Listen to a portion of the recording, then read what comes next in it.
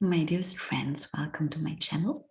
I'm Kaisi Mari from Heart to Heart, and this is a new series of videos. This is the first one. So, about the topic, what is channeling? And I have different guests. Today I have Zahra from Guidance by Z here. Welcome, Zahra. You might introduce yourself quickly.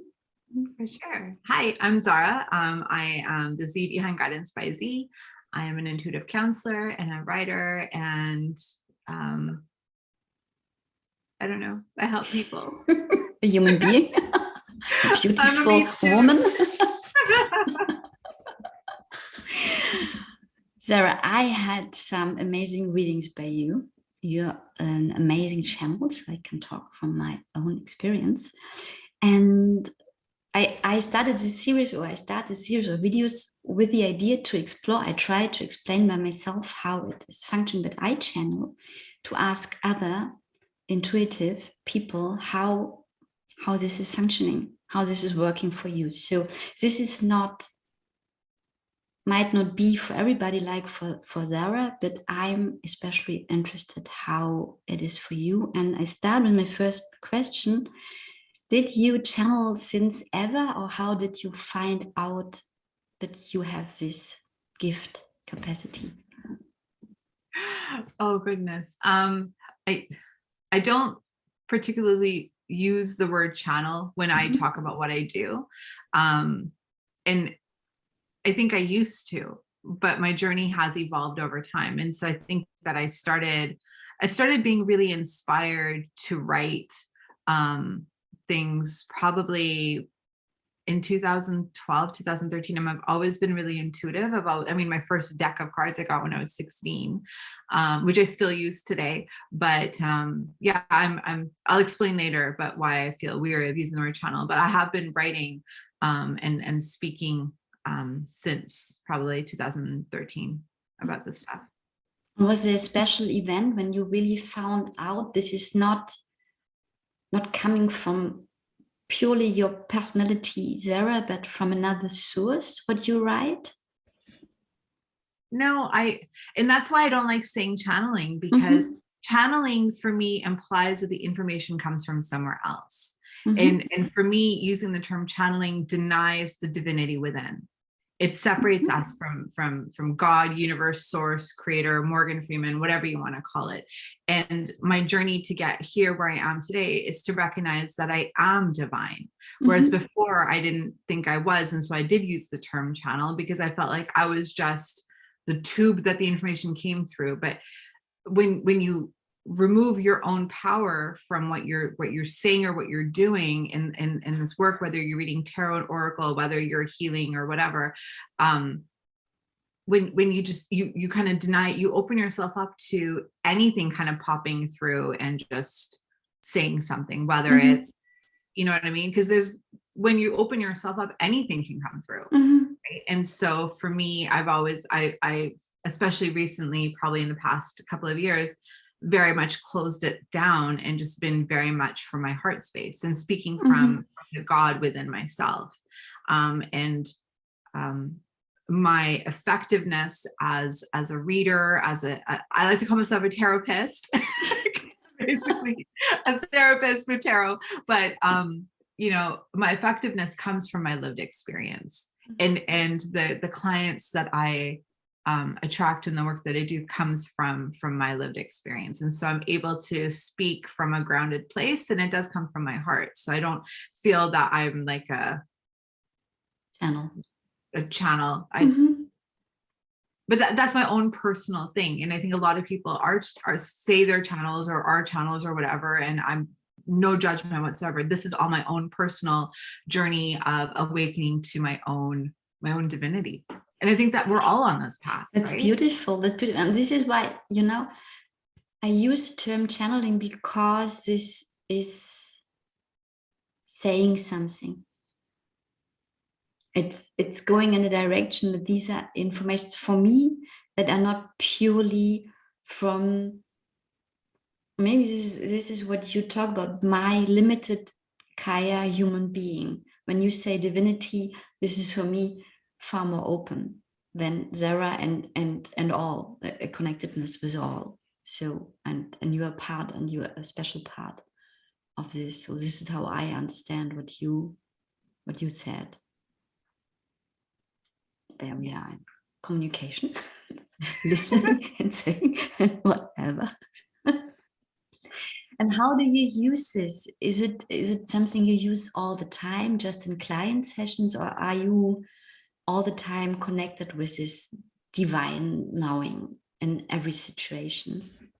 That's a really, really good question. It used to be that things would come out of my mouth that were just so intuitive and from my heart that would come out that people would need to hear. And I didn't actually have that person's permission to say it. So I've had to become more disciplined in how I use this, superpower. It's like they say, with great power comes great responsibility. And I think I've had to learn to be very careful about when I say things because it comes from my heart. But I find that when I am more grounded in myself, in my self-care, I'm more in a heartfelt space, that it comes a lot easier for me. When I am stressed, when I'm going through a lot of things, if I'm unpacking trauma, we all go through cycles on this journey. And when I am going through something, it tends to be a bit muddier. Right. And so the things that come out tend to come from a place of wound or some other tone. It's not as pure from within myself. Right. If you're going to feed somebody on a dirty plate, they're going to have dirty food. You have to clean your plate to serve nourishment. Right. And so that's what I've noticed, is that it's much more pure and stronger when I've taken care of myself, which I think is why self-care and healing is such an integral part of our individual journeys, so that we do have a responsibility, right? Yes. So this includes nearly my next question, because for me it's also a question: do you feel that it is a gift, or you call it superpower, or sometimes you don't want that? Sometimes I don't want it. Sometimes I know things I don't want to know. I think ultimately we have to see it as a gift, and we have to see it, everything is a gift. And just because one person gets a gift doesn't mean everyone else doesn't get a gift too. I'm not special. I mean, I'm special, but I'm not more special than any other person walking the planet right now. And there's such a need to check our ego when we have this gift, right? Everyone has gifts. Everybody, because we are all one. We're all connected to the ether. We're all connected to the all that is. And so we are all individually gifted, and it just becomes a gift because you've discovered it, right? Because you've come downstairs on Christmas morning and you found the present under the tree. It's a gift. You've discovered it. But everyone has it. And I think that it's just the openness and the awareness of it, and what you do with it. Right. Some people have it. And I know a lot of people are in tune with their intuition and they don't use it for anything. It's just there. And that's okay. That's they doubt it. Yeah. Just I totally agree. I think every human being has this gift of, if you call it channeling or intuition, to open up or to connect with the higher source, another knowing than just our brain. So for me, this is wider than what is happening here.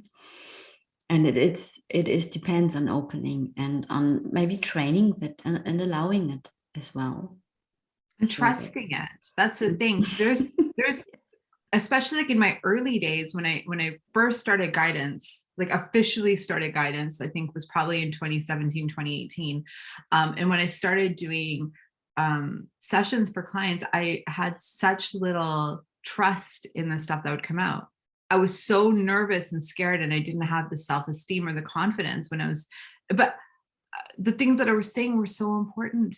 And they've helped people. Like I've helped so many people, even in those early days, I was really helping a lot of people.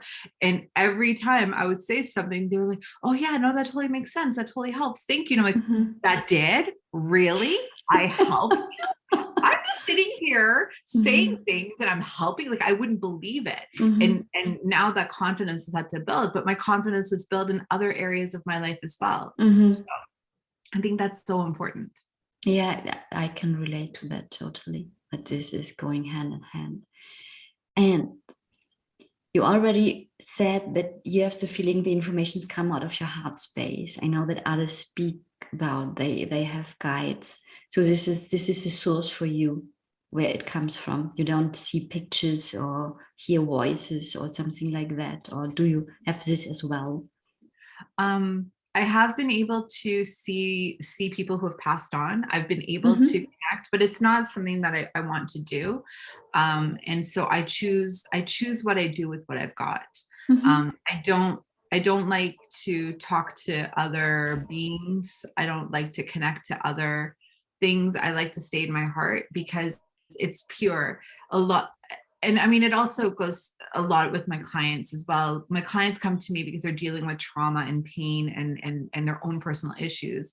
But I have had clients that have come to me who are like, what's going to happen with this boy I have a crush on? And what's going to happen in the future? And when you start tapping into other people's energies and other timeline potentialities, and you're opening yourself up to connecting with other beings, anyone's going to jump in that taxi.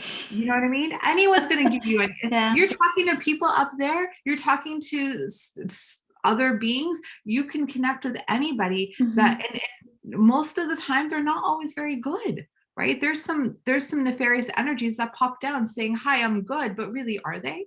So it for me personally, and this is no judgment on anyone, but for me personally, not that I believe in fear, but that makes me personally uncomfortable. And maybe that comes from the way that I was brought up, and being brought up in a very devout religion where there was only one God, right? There's only one. And even in my spirituality, obviously not religious anymore, but even in my spirituality, I believe there is only one, right? Though I believe in the law of one. I don't believe in anything other than that. And so for me to kind of connect and get information from anyone else for my own personal resonance just feels a bit uncomfortable, because again, I don't know, and I'm not one to judge.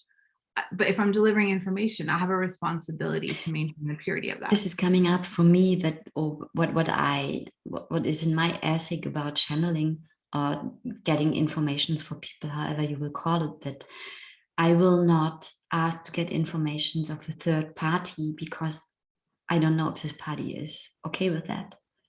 So when somebody asks me direct and give me permission, it's another thing, that tapping in an energy of somebody who is not there, doesn't know about, maybe either. Yeah, it's true. I think that we need to, as readers, as guides, as counselors, as whatever people are in our community, we have an immense responsibility to maintain privacy. And maybe this comes from the fact that I work in finance, and for me, privacy is so paramount to the work that I do.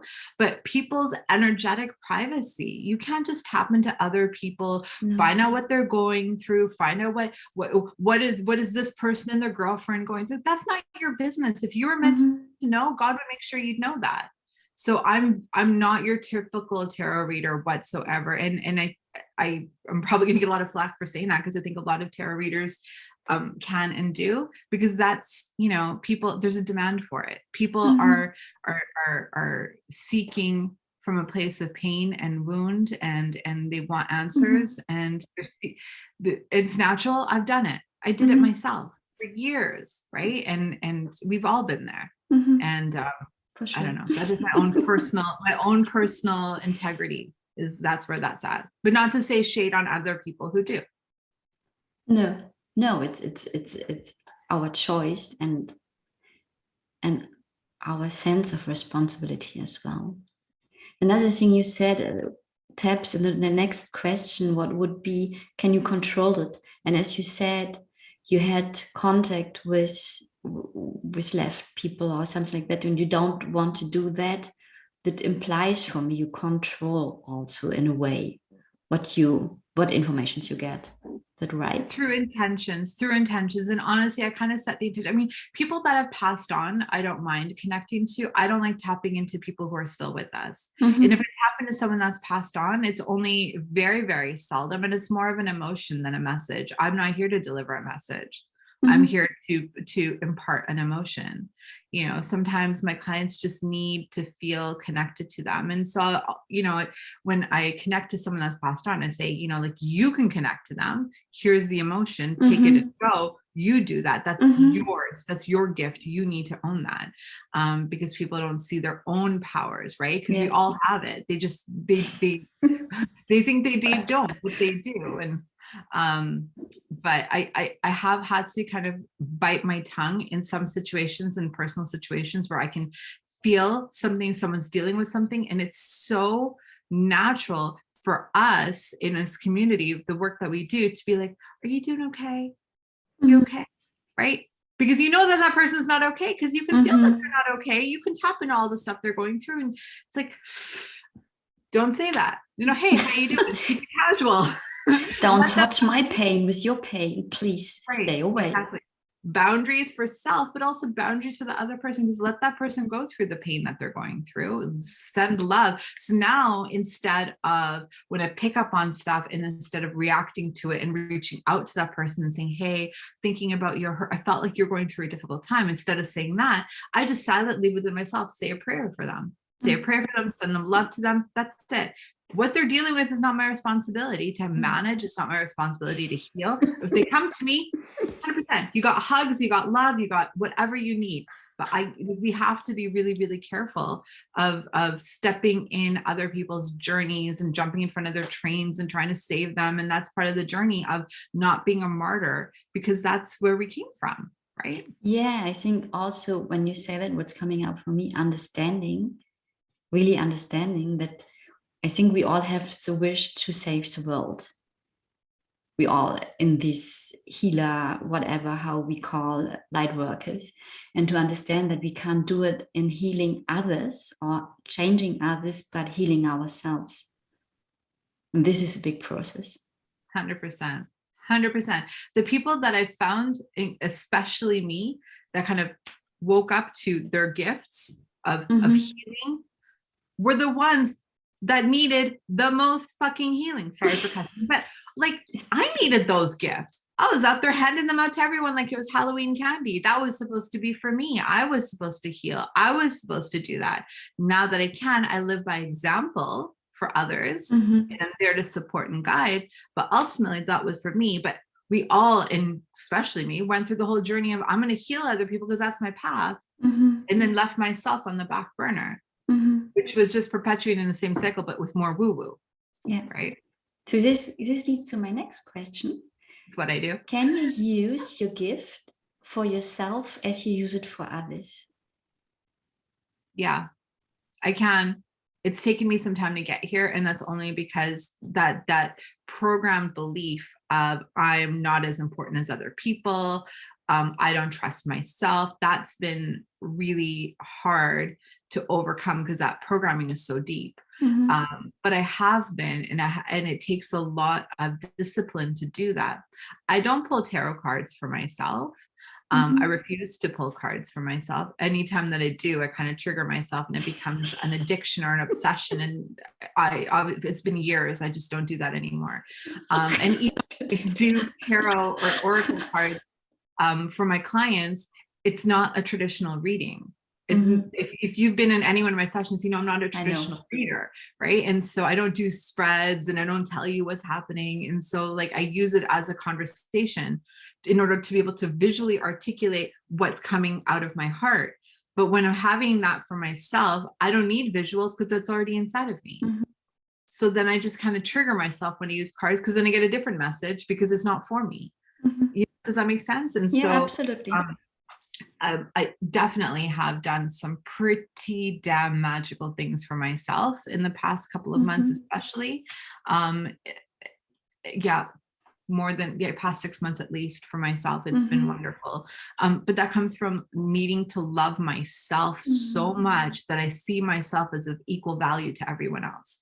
It's taken me a long ass time to get there. Yeah, this I know this way of self-worth and self-love. I think it's lifelong, but we go better and better and better and better in that. Beautiful, beautiful. This is so beautiful. Just the next question is, how do you now in the meantime, with all the experiences, that these informations are divine? I will call it like this. I will not any longer speak from channeled informations, but that they are divine. How do you know that? I trust. I have faith. Mm-hmm. I have faith in my intentions and my integrity in the work that I do. I also, which, you know, from a business standpoint, isn't the smartest, but I don't go seeking business. People get referred to me, and I have faith that God sends me. I call it God, you can call it Morgan Freeman, whatever, but I have faith that God sends me who I need to take care of. And so guidance isn't my business that I'm trying to make money off of, right? I have a job. And so I'm not like, oh, I need to market my business, which is probably really bad. I probably should. I mean, I have a background in marketing and business, but so I have faith that people are, especially since I've taken my business offline for the last year, the people that have come to me for sessions were truly guided to me. And so I've had faith that, like, okay, I'm coming in here and I believe in myself. Like, I've had to, when I go into that, I'm like, I believe in myself that I'm going to help this person and I'm going to deliver this information that they need to know. And I don't know what that is until I start speaking, but I in my heart of hearts, I'm here for their highest good, and I'm here for the highest good of all. And I always make sure that I say a prayer before I do something. Like, I always talk to God, and like, prayer is such a big part of my own spiritual practice. And so I really kind of go into a place of like, I have to have really strong integrity. And so even in the middle of my sessions, if someone starts asking me something that I don't think that is the right thing to be going into, like another person's timeline or whatever, I have very strict boundaries about it. I'm not afraid to hurt people's feelings, to say, I don't feel comfortable talking about that. I don't feel comfortable going there because that's not my business. They didn't ask my permission. And so that's kind of the way that it's been. Oh, beautiful. This is also a part of the experience you had, that you have this trust and faith because of being more and more comfortable. And as I see you in this interview, but as I know you, that it is really your being in the meantime. It is not a part of you. It is who you are. Yeah. Wow. Amazing. So maybe this question is a bit, I don't know, but this is my main question. And as you have this integrated so much in every part of your life, maybe this is not so easy to answer. How does it feel for you, this getting these informations, this divine informations? Like, how does it feel in my body? I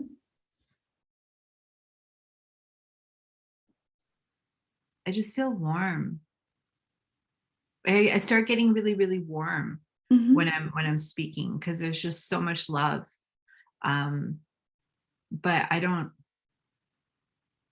and not just with this work, but with everything. Whenever I feel anxiety, I don't feel like it's coming from a trusted source. When I feel warmth and love and peace, and I don't feel any sensation, then I know it's coming from love. Because love is peace, anxiety is toxicity, right? And so that's kind of how it's been. I don't know. I can't say that I hear trumpets and then all of a sudden horses climb into my house with an envelope of messages. It's interesting. You mentioned that better to ask, because for me, it feels like this is so natural for you in the meantime, in every part of your life. So I still separate it often. I do it in my spiritual work, but I'm not so used to do it in my other life parts all the time. So I know this will be one of the next steps. I'm a bit afraid of that as well. So maybe it's interesting to ask you, how do you identify when you know your ego is coming in and really this is not divine, this is not source, God? Do you know that? Well, I think that it's important to have the distinction that there is no distinction between ego and the God self. You don't think so? I think that we get to a place where we integrate everything. We're all one. the idea of separation of anything is not divine. So My ego is a part of my divinity. Absolutely. It just for me, it's not separated, but I can in the meantime really identify when my ego, what I would define as a big protector, but from the traumatized parts, to not repeat things. This is my definition. Yeah. So says, no, you don't buy this car because it is not beautiful. But my whole being now, this is the right car for me, but it has scratches. And this is the ego who wants to prevent me from doing something I never had done. And this is totally frightening for my ego. This is for me the separation between, and for sure this ego it doesn't want to hurt me. It just want to protect me. Of course. But from the traumatized place, or from the unknown, from the help, we were never there. We don't go there. I don't know how to properly answer that, because Beautiful.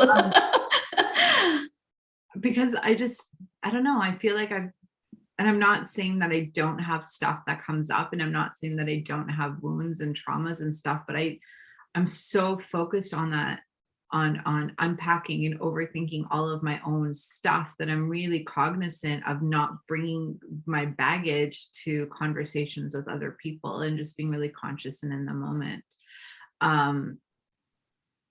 But for me to say that, am I helping somebody from, like, for me, when I help someone with my whole being, with my wholeness. And I don't know, for me, it's integrated. When I do that, when I do my work, I feel like it's integrated. Yeah, I think this is less coming in our work we do, because there's really this clear intention, and more in our private, our life apart from the work to help others, or this is my experience. Yeah. And I think that for me, when I say my prayer before I do a session with a client, I always kind of I pray for the highest intentions, and I pray for God to ensure that I'm delivering messages for the highest good of my client, not, that I'm not muddying it up with my own stuff. And so because I've said that prayer, and then I've kind of put my faith in that prayer, it's never been a concern. It's not like I pray and then I'm still worried it's going to happen. Like I left it to God. I'm good. I don't need to worry, because I put it in God's hands. And like every session I say a prayer, every session I do that, and I put it in God's hands. And anything, not just in this work, but in anything I do, once I put it in God's hands, I worrying about it is futile. If it's already filed it away. So that's beautiful, amazing. Thank you. Yes. I just want to go back to what you said about, doing, having the spiritual work that we do, and then you have your career and I have my career. My career, I've always kind of done this work in my career anyways, because I had one-on-one appointments with my clients at work, in banking and finance. And I have always been a healer, and I have always been a counselor, and I have helped people through the lens of finance for almost 2 decades. I've been doing it. So it's always an integrated part of my work. So it's very natural. It was for me very, my own ego was trying to separate the two.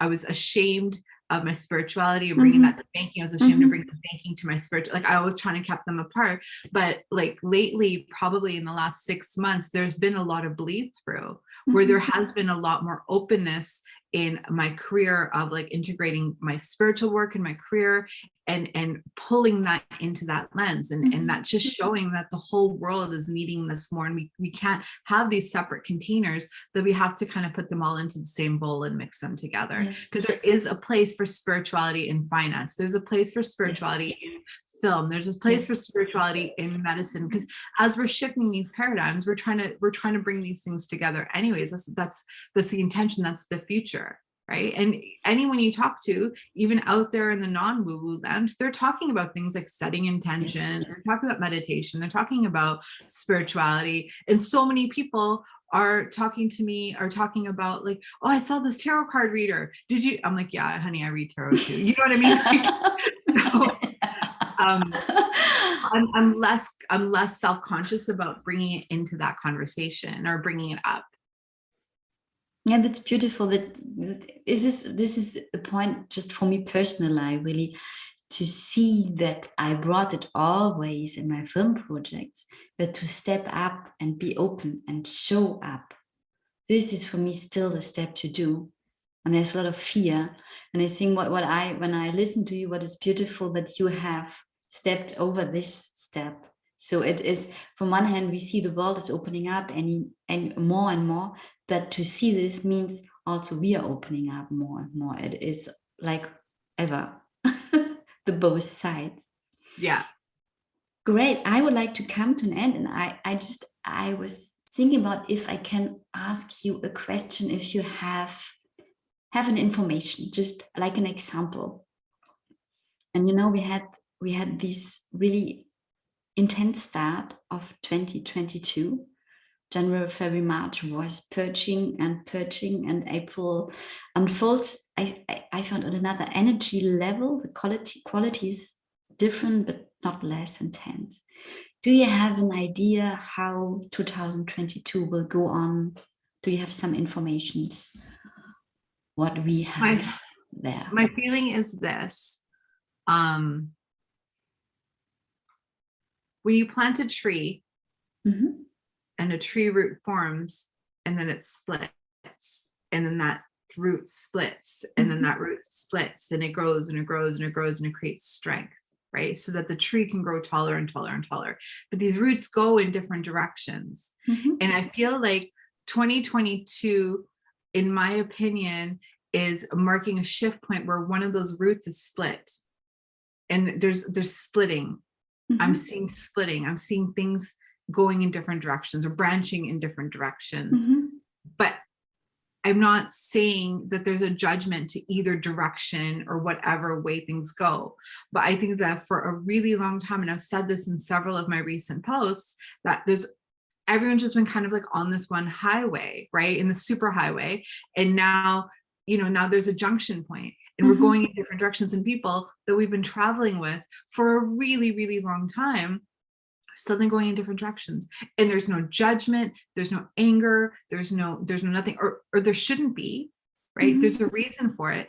And holding on to things and having attachments to outcomes and attachments to relationships, like friends, family, whatever, for so long, has been the cause of much trauma in our lives. And we need to release, we need to allow things to be, and we need to, and we're seeing that because I think that there's a group of people that are going this way and they have to, and there's a group of people going this way and they have to. And we saw that in 2020 where a branch formed and then it's split. In 2020 we saw a split, right? And then in 2021 we saw another split, and now in 2022 we're seeing another split. And I'm not saying either direction is good or bad. There is no judgment. It's just that we have to meet up. We have to meet up with other highways to go in different directions. I think that this is going to be a time of releasing and letting go of certain obligatory relationships or whatever, whether it's romantic, family, work, whatever connections we have, to release and allow it to be,